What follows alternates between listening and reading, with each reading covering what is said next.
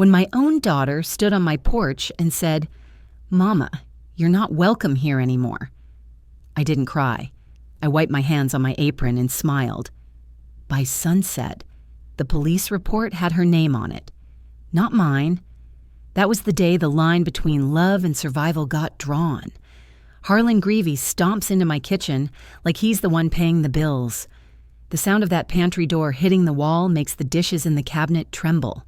His voice cuts through the morning air, sharp, commanding, full of that southern drawl that turns words into orders. "Old lady, you haven't cooked yet? You planning to let the whole family starve?" He doesn't say "Mama." He doesn't even say "Miss Odessa." Just "old lady," like I'm a worn-out chair that came with the house. I don't answer. I take a slow breath instead. Down here in the South, how you say something matters more than what you say. He's not asking. He's staking territory. I note the angle of his shoulders, how he plants his feet like he owns the floor. Men like him mistake loudness for strength. Clarabelle walks in behind him, half-dressed, bonnet slipping, voice sharp as vinegar. "Mama, if you can still move, hurry up. Daddy's hungry. June's hungry. We're already late." No good morning. No happy birthday. Just commands. The clock ticks loud enough to make me aware how quiet I've been letting them make me. My granddaughter, little Juniper, June, sits at the counter, phone glowing in her hand. Thumb scrolling, she doesn't look up. Not once. I see it clear as daylight. The disrespect growing roots right in front of me. Children learn tone faster than they learn prayer. I turn toward the fridge. Steady. Silent. My body moves out of habit, but my mind sharpens. All right, I tell myself. So that's how we're talking today. I pull out eggs, bacon, grits, biscuits, onions, the breakfast that built this family. I cook not out of duty, but design. At 70, you learn to watch longer than you speak. I've been feeding this household for months. Different meals, same entitlement. They don't buy groceries, but they eat. They don't thank me, but they critique like food critics who never paid a tab. The bacon sizzles. The air fills with salt and grease. I think of my pension check, the one that bought yesterday's groceries. Clarabelle promised to pay me back when that tax refund hits. That refund's been hitting for 3 years now. I smile to myself. Quiet smiles are weapons when you've run out of patience. Harlan starts pacing, phone glued to his ear, bragging about our house, our remodel. He's talking loud enough for me to hear every lie. My house, my late husband's hands built half these cabinets, but Harlan brags like he's signing checks. Clarabelle peers at the stove, wrinkling her nose. And try not to make everything so greasy this time. Mama, Harlan's gotta watch his numbers. Like my cooking's a threat to his cholesterol, not his pride. I almost answer. He's the one drinking Crown Royal at 10 every night. But I hold it. I am not stooping down in my own kitchen. So I say softly, "You know, today's my birthday, baby." Clarabelle rolls her eyes. "We know. Mama, can you please not make everything about attention?" Harlan laughs. Deep. Careless. "Ain't nobody got time to throw you a parade. Odessa, food first." Then he claps his hands. At me. My granddaughter copies him, tiny palms smacking the air. That's when something shifts inside me. I don't shout. I don't throw the pan. I just see the truth clear. I am not family to them anymore. I am labor. I finish plating the food, bacon lined up neat, eggs golden, biscuits soft. Clarabelle whines about avocado. Harlan mutters into his phone. June still doesn't look up. I breathe once, then twice. I tell myself, they love your money, not your heartbeat. Then I turn, calm as still water, and say, "Eat up." I went ahead and cooked y'all's last free breakfast. Clarabelle chuckles. Harlan doesn't even blink. June tilts her head, puzzled. They don't know yet, but by the end of this day, they will. After that breakfast, the house went quiet like somebody had pressed mute, the kind of silence that isn't peace, it's tension hiding in plain sight. Harlan sat in the living room, flipping through channels like he owned every inch of that couch. He hollered across the house, "Odessa, where's the good olive oil, the one I bought?" I didn't bother answering. The good olive oil came from my grocery run, like everything else in this house. Clarabelle was in the dining room on speakerphone saying, "Yeah, we'll be here all week. Mom's house has the space." She said it loud enough for me to hear, like I was a hotel manager, not her mother. They talk to me crazy, then want eggs and Wi-Fi like it's Sunday brunch.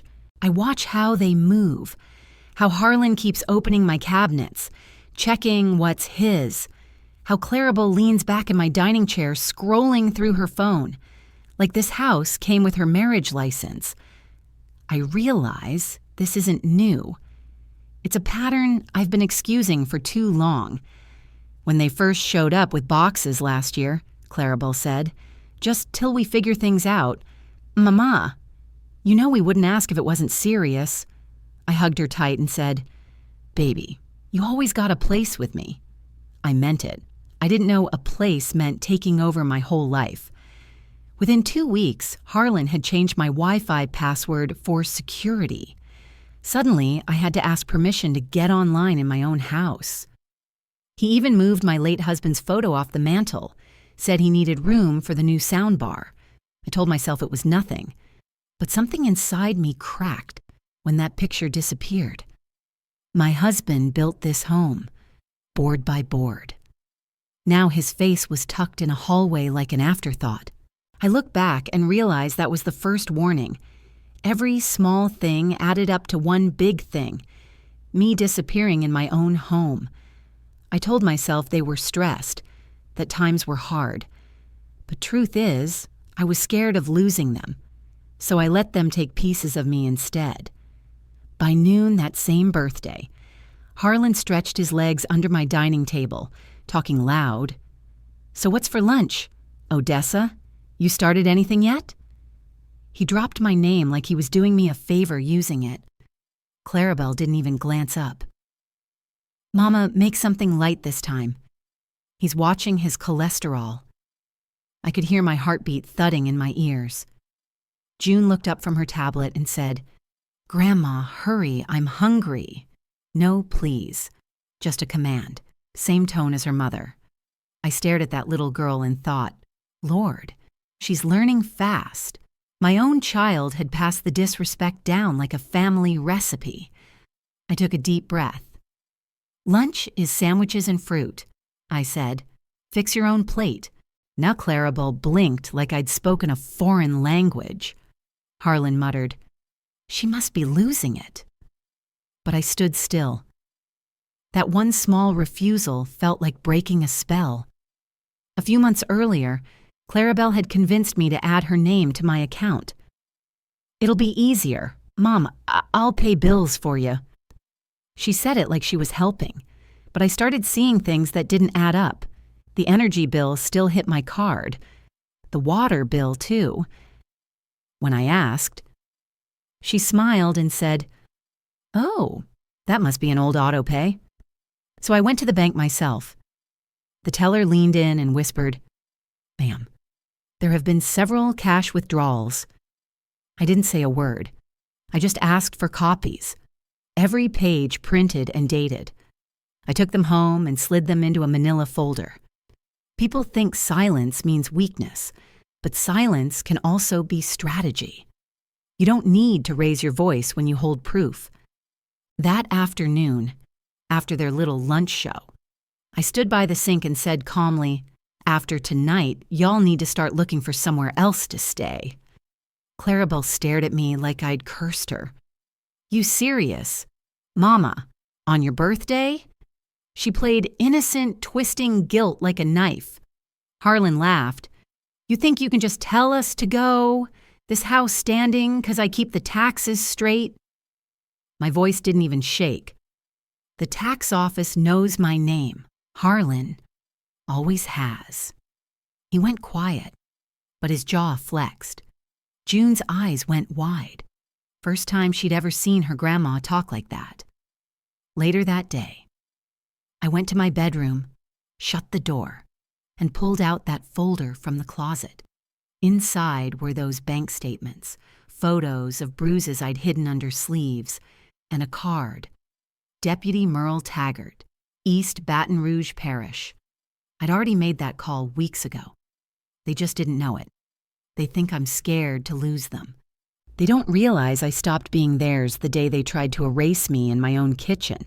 By dinner time, I wasn't just cooking, I was done pretending I was theirs. The morning started soft. Birds outside, coffee brewing slow, the smell of toast drifting through my kitchen.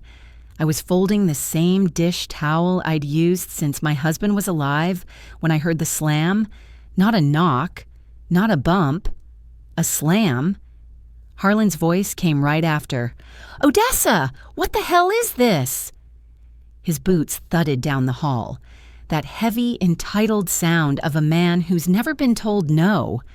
He barged into my kitchen holding an envelope, the property tax bill I'd picked up myself. "You trying to sneak something?" he said. "This came to the house, but the name don't look right. You changing papers behind my back?" I looked at him over my glasses and said, "Ain't no back, Harlan.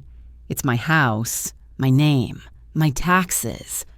Clarabelle rushed in, robe tied loose, hair wild. "Mama, why are you starting drama this early? You know how he gets when you stress him." I said, "Baby, I'm not starting a thing. I'm just existing in my own home." That's when he yelled, loud enough that the window glass trembled. "You don't tell me what's yours when you put her name on it." He pointed at Clarabelle. "That makes it ours." The air went still. Even June, sitting at the breakfast bar, froze mid-bite. My chest went tight, but my voice stayed calm. "You sound confused, Harlan. I added her name to help with probate, not to give you a crown." He slammed his fist on the counter. The coffee mug tipped, hot liquid running like spilled nerves down the tile. "You old folks always think y'all slick," he said. "Playing legal games." Clarabelle grabbed his arm, trying to pull him back. "Harlan, stop!" But he shook her off and kept coming closer. His face was red, eyes glassy. That kind of anger that don't belong to reason. I didn't flinch. "You done?" I asked him. He laughed once. Sharp, cruel. "You talk big for somebody living off my groceries." That one hit deep, not because it was true, but because it showed me how little he thought of me. "Your groceries?" I asked, still quiet. "Harlan, everything in this kitchen came from my pension check. You've been living off me and forgot how to say thank you." He started to shout again, but June screamed first, a high, breaking sound that split the tension. "Stop it! Just stop!" Her little hands were shaking. Clarabelle looked at me, then at her husband, and for a second she looked almost ashamed. Almost.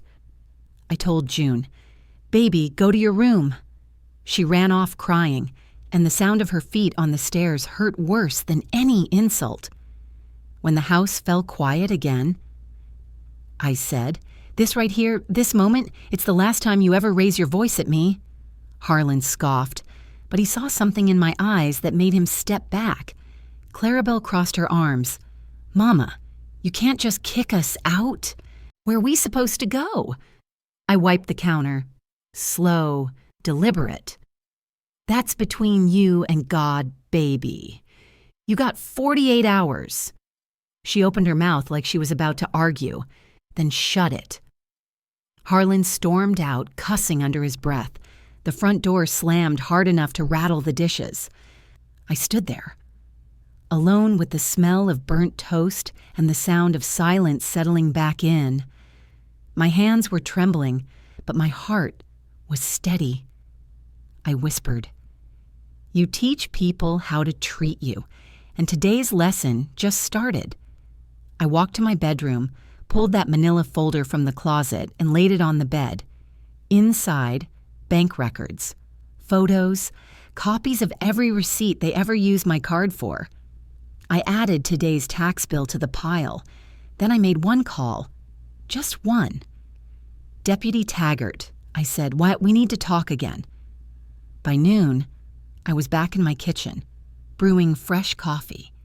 The air felt different, lighter, like the house could finally breathe again. I set the dinner table like a courtroom, not a celebration. Real plates, silverware polished, cloth napkins folded sharp, no paper, no plastic. I wanted them to feel the weight of the moment. My purse sat beside me, heavy with proof, and my phone on silent but recording. The house smelled of baked chicken and collard greens, but beneath that was something sharper. Expectation. This wasn't supper, it was evidence. Clarabelle came in first, scrolling her phone, talking loud to whoever didn't matter. "Yeah, we're staying through next week," she said, not even looking my way. Harlan followed, chest out, voice booming into his Bluetooth, bragging. "Yeah, my house out here in Baton Rouge, big enough for the whole family." My jaw clenched, but I kept my smile.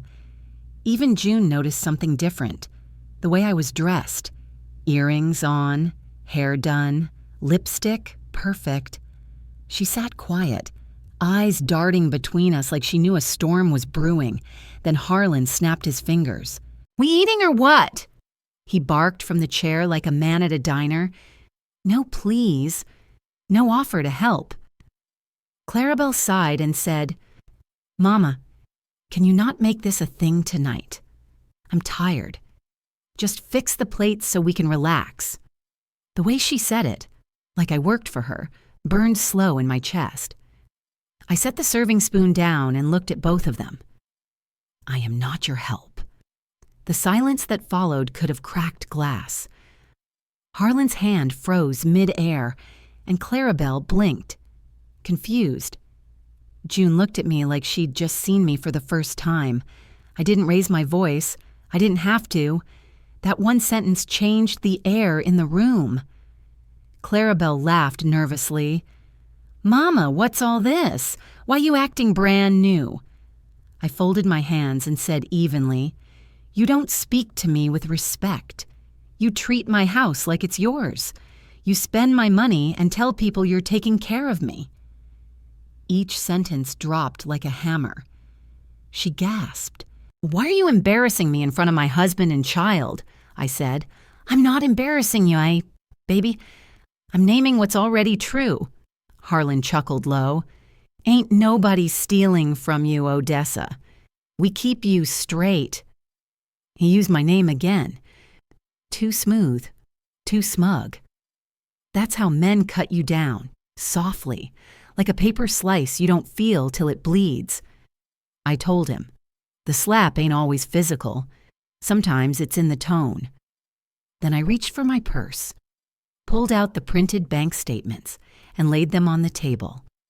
Clarabelle's name, her signature, right there by every withdrawal. I slid the papers across the table. "That's my pension. You said it was automatic payments. You lied." Her face drained of color. "Mama, where'd you get this?" "From the bank," I said. "Whitney printed them for me. She's half your age and still calls me ma'am." Harlan leaned forward, eyes hard.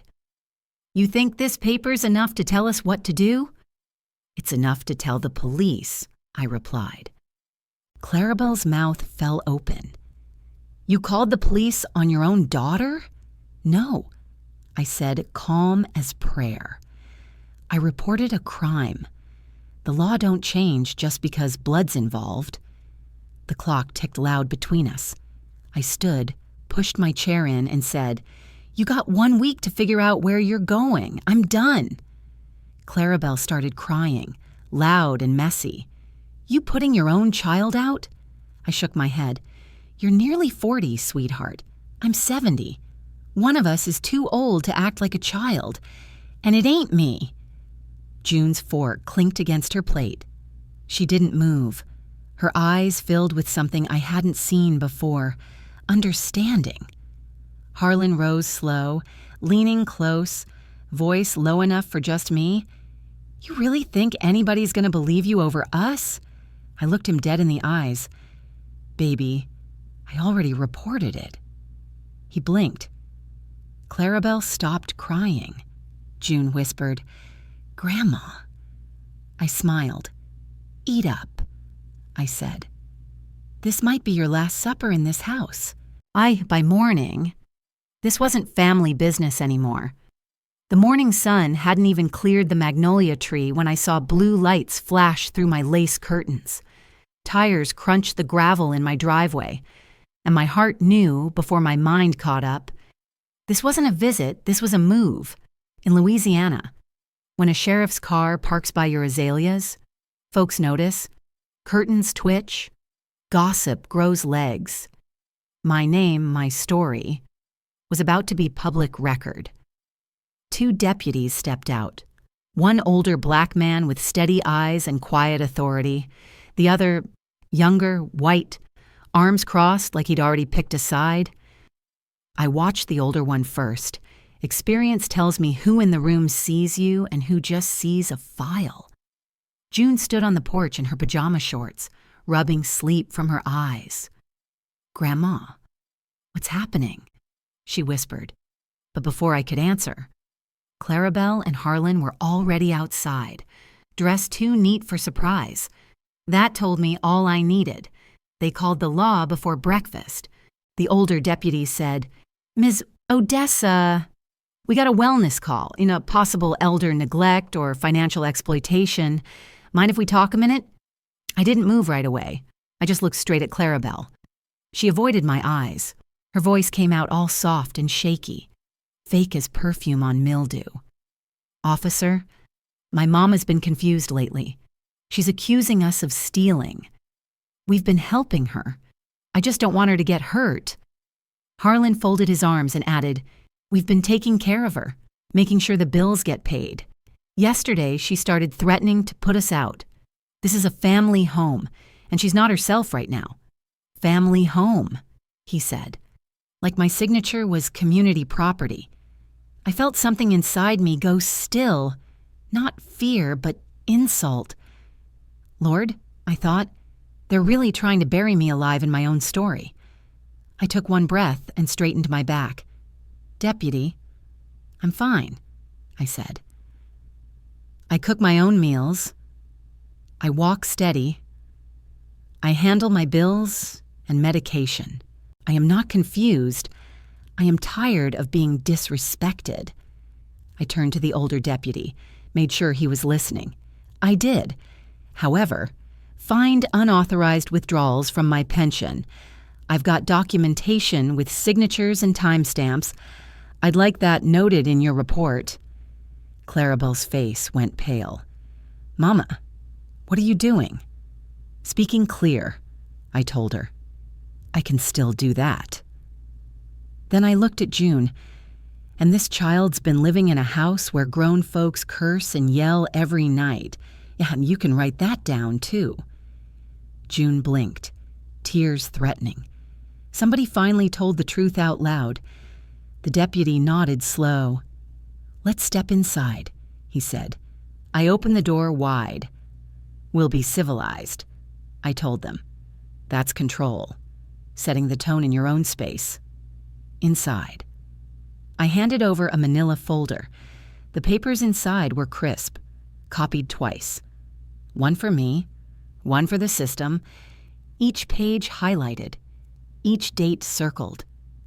Proof lives in details. Clarabelle snapped. "Mama, how you even get to the bank? You can't be driving like that." I looked her dead in the eye. "Lyft driver, his name's Marcus. Paid him cash. You can check the receipt." That shut her down. Harlan shifted, jaw tight, realizing every excuse had a paper trail. Then I pulled out one more document, A copy of my deed. I laid it flat on the coffee table, smooth as a playing card in a winning hand. "This house," I said, "is mine. James and I paid for it in full. I've paid the taxes every year with my pension. Nobody here has a legal claim, and I am withdrawing permission for these two adults to stay." Harlan's voice cracked like thunder. "You can't put us out! We built this family here!" I didn't blink. "I can, and I am, and I'd like that noted for court." The deputy looked at me and said, "Ma'am, once I log this, it's official." "You sure?" "I'm sure." I said, "Court don't scare me. I've been surviving other people's storms for decades." Clarabelle whispered, trembling, "Mama, you really gonna do this to me?" I met her eyes. "Baby, I'm not doing it to you. I'm doing it for me." The older deputy nodded and started writing. Harlan's face twisted into something darker, a mix of rage and fear. I knew right then this wasn't about respect anymore.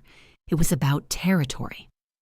As the cruiser pulled away, I stood at my window watching dust rise off the driveway. My name was finally on record. The war had moved from whispers to paper. And paper, baby, don't lie. When the sheriff's car pulled away, I thought I could breathe again. But the quiet in my house wasn't peace. It was warning. I walked back into my kitchen, and there it was, my lockbox sitting wide open on the counter, like someone had sliced open my chest. That box had lived under my sink for 22 years. I never told anyone where it was, not even James. Inside, nothing but the hollow imprint of what used to be there. The cash envelopes I kept for emergencies, my original deed, the life insurance, and James's old pension letter. They didn't take random things. They took leverage. They took the pieces that proved this life was built on my back. I felt something cold slide through my chest. Not fear, not sorrow, just a realization. They'd been stealing in daylight while calling it help. I stood still long enough to make sure my voice came out steady. "Clarabelle, Harlan, come look at this." They walked in, slow, already wearing that mix of attitude and fake innocence. Harlan leaned on my counter, that lazy kind of lean that says, "This is my house." Clarabelle folded her arms, her voice syrupy and soft. "Mama, we were just trying to organize things before you lost them. You've been under stress lately." I stared right at her. "Organizing means you put something back. Organizing don't mean walking off with it." Her eyes flinched. Harlan smirked, said, "You think this little act's gonna work on us? You've been calling cops, calling lawyers. You done lost it. Old woman." That word, old, hit different when it came from someone who used to need you to survive. I took one step closer. "Which one of you broke into my safe?" Neither answered. That silence told the truth. Harlan finally moved closer, too close, his breath heavy with coffee and arrogance. "You keep talking about putting us out. You think any judge gonna believe you? You unstable, you angry? They'll take one look at you and say, 'That lady's losing it.' You really want to test that?" He was talking like a man who'd already rehearsed his lie, like he'd already practiced turning me into the villain. I felt the edge of my countertop against my palm, grounding myself. "Steady. Back up out my kitchen," I said. I didn't shout. I didn't ask. I commanded. Something in my voice made him hesitate. He stepped back a half inch. That was enough. I turned to Clarabelle and said, "You broke into my safe. You took cash, and you removed documents that don't belong to you. That's theft. That's breaking and entering. I will be reporting it, and I will be naming you." "Mama, no!" she cried, her voice cracking. "You can't drag me into court. I'm your daughter." "Baby," I said. I buried my husband. You think I'm scared of paperwork? I picked up my phone and dialed Mr. Perkins, the same lawyer who handled James's disability years ago. I hit speaker so they could hear every word. Mr. Perkins, I said, I need to start formal eviction proceedings for 2 adults currently in my home without consent. Also, theft from a locked safe. And I need to discuss temporary guardianship of my granddaughter June for safety. Clarabelle gasped, her face draining white. Guardianship? Harlan's eyes went wild. You ain't taking my kid. You crazy if you think... I cut him off. Lower your voice. You don't raise your voice in my kitchen no more. You don't raise your hand in my kitchen no more. You don't raise your future in my kitchen no more. This is my house, and you are on borrowed time. He laughed, not funny, not real, just mean. Then you better pray the whole neighborhood don't hear what I'm about to tell him about you. I didn't blink. Go ahead, I said. Just remember, gossip fades, paper stays. His smirk twitched. He didn't like that truth, because that's what separates them from me. They yell. I document. The second we stepped outside, Harlan's voice went up like a siren. Y'all hear this? He shouted, arms spread wide like a preacher begging for an audience. This woman's trying to steal my daughter and throw us out. On her birthday, after we've been taking care of her 'cause she's slipping. He wasn't talking to me. He was talking to the whole block. Miss Lillian peeked through her blinds. Mr. Curtis in his saint's cap stopped watering his grass. 2 teenagers stood at the curb, phones up, already recording. Baton Rouge mornings don't move this fast unless it's trouble. He was building his stage, loud and proud, performing pity with perfect projection. We gave up everything to look after her, he said. Now she's calling the cops on us. His tone dripped with practiced outrage. Every word was a seed, planted for court, for sympathy, for gossip to sprout where truth used to grow. Then Clarabelle stepped in, wiping fake tears.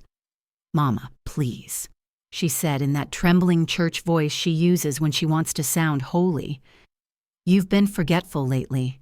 You've been dropping things, losing track of time. We're just trying to help you. She said forgetful, loud enough for every neighbor to hear it. That word hung heavy, soft poison wrapped in care. I saw exactly what she was doing, laying groundwork for the story she'd tell a judge. June stood by the doorway clutching her rabbit, her little shoulders tense. That's what made my jaw tighten. They were using that child as a prop in their lie. I took one slow step forward and said, Go on and listen close. Since y'all already standing here. My voice didn't rise. It didn't need to. It carried like Sunday choir in still air. I looked at my neighbors. Not at them. They didn't take care of me. They moved in. They stopped paying a dime. They opened my safe without permission and stole my cash and my deed. I have photos of that safe sitting open on my counter, taken at 10:11 this morning. You want to see? The street went quiet. Mr. Curtis folded his arms. Miss Lillian opened her door halfway. Even the kids filming leaned closer. Clarabelle's voice cracked. Mama, you can't say things like that out loud. I can say truth anywhere. I told her. Truth don't need whispering. I held up my phone, not waving, not begging, just proof. This here is my lockbox. You see that crowbar mark? That wasn't there yesterday. The cameras caught it clean. Harlan barked. You can't prove when that picture was taken. I smiled. That little number in the corner, timestamp. Police like timestamps. My tone was dry, like a woman teaching arithmetic. Clarabelle hissed. Mama, please stop this. I did stop. I said, stopped being quiet. That's what changed. I stepped off my porch, pressed my heel into the gravel, and drew a slow line across my driveway. As of this minute, You two are guests in my house by sufferance only.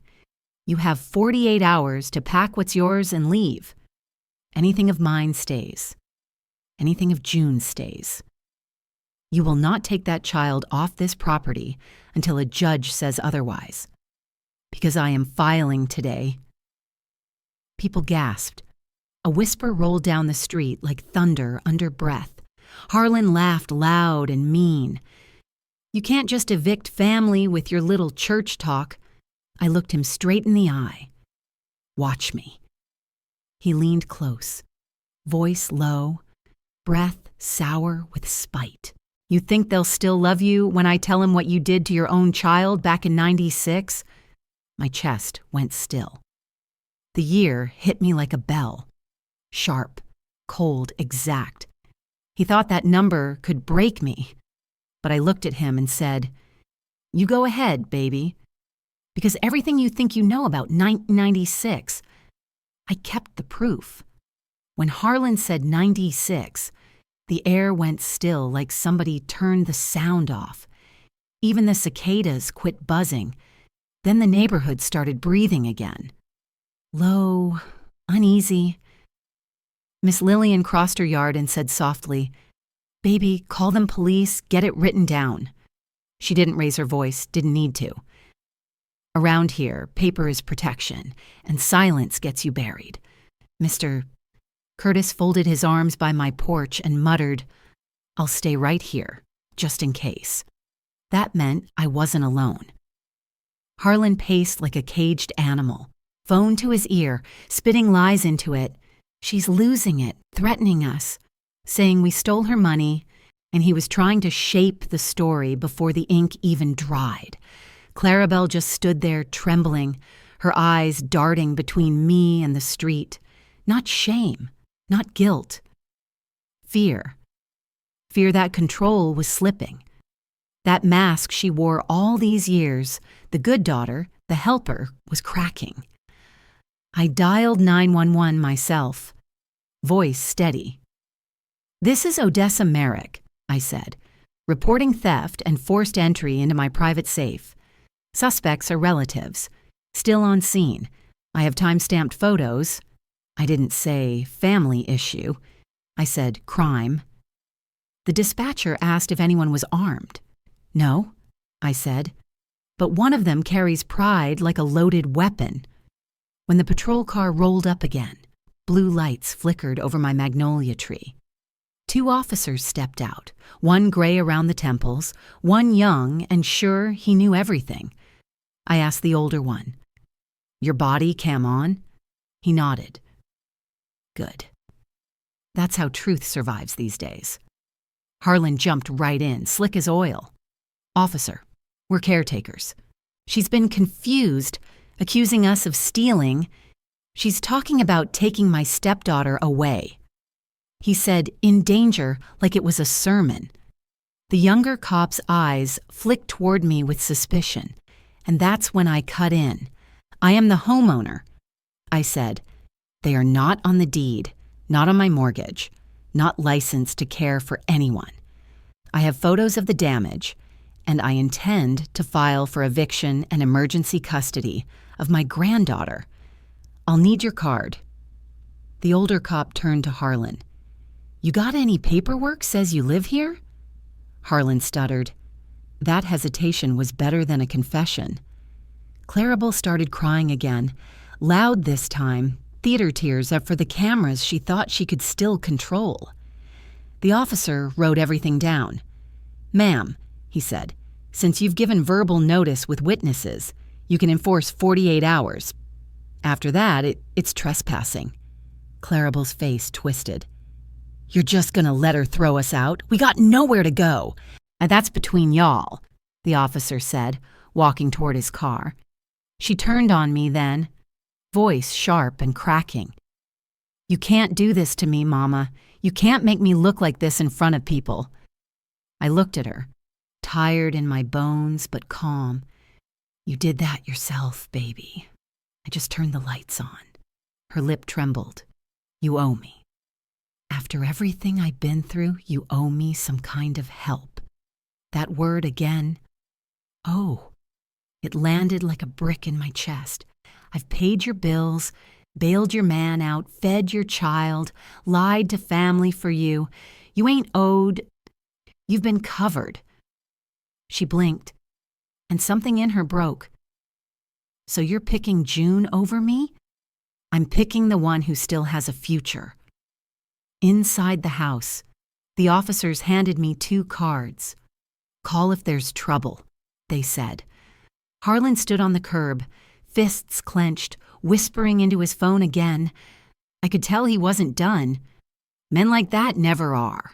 I locked the door behind me, poured June a glass of sweet tea, and sat her at the table. She looked up, eyes wide. Grandma, am I in trouble? I smoothed her hair back. No, baby.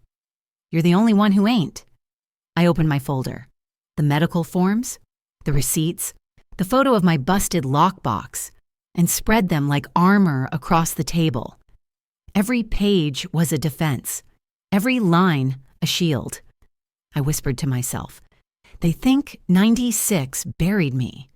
96 is how I survived them. Then I picked up the phone again, called my grandson. Bring the truck, I said. We're changing locks tonight.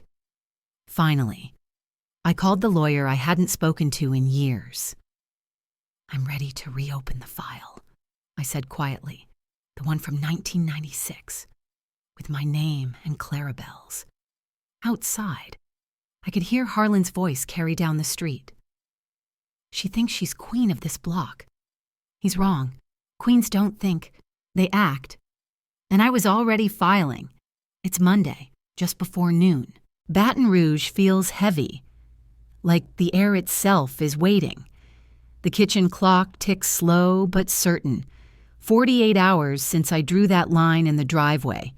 I stand at my stove, apron tied neat, knives back in place, the smell of lemon cleaner floating through my house, my kitchen, my rules. I move quiet, deliberate, because control is a sound, and right now it sounds like calm. June sits at the counter, legs swinging, cereal half gone. She doesn't ask before eating anymore. That small piece means everything. The table is set with papers, the police report, photos of the broken safe, my custody petition, no clutter, no chaos, just evidence and order. I tell her, baby, whatever happens outside that door, you don't open it unless you hear my voice. She nods. I start my phone's recorder, just in case. This time, truth will have witnesses. A knock breaks the silence. Not pounding, a real knock. Clarabelle's voice comes through, rough and tired. Mama, please don't do this. Harlan says you're serious about court. He says you'll make me look crazy. I open the door just enough to see her face. I don't step aside. Her eyes are swollen, hair undone, and that sharp edge she always had, gone. You don't have to do this to me, she says. We can fix it. You're my mama. I keep my tone even. No, baby, I'm done letting you make me look weak. She blinks, mouth trembling. You'd really take my daughter from me? I'm not taking her, I say, I'm keeping her alive, fed and safe. You decide what that says about you. She flinches like I slapped her, but I didn't raise a hand, only truth. Then Harlan appears, swaggering up with that false grin. You don't want me telling folks what you covered up in 96, he says loud, looking for an audience that ain't there this time. You really want that on your church bulletin? I lift a manila envelope from the table, steady, not shaking. You mean this? I hold it up just enough for him to see the seal. Inside are notarized statements from 1996, including proof of who really stole and who I protected. That's already filed with the court and the police. So, Harlan, if you lie again, you'll be the one in orange. His jaw freezes mid-word. Clarabelle's eyes dart from him to me. The power shifted for good.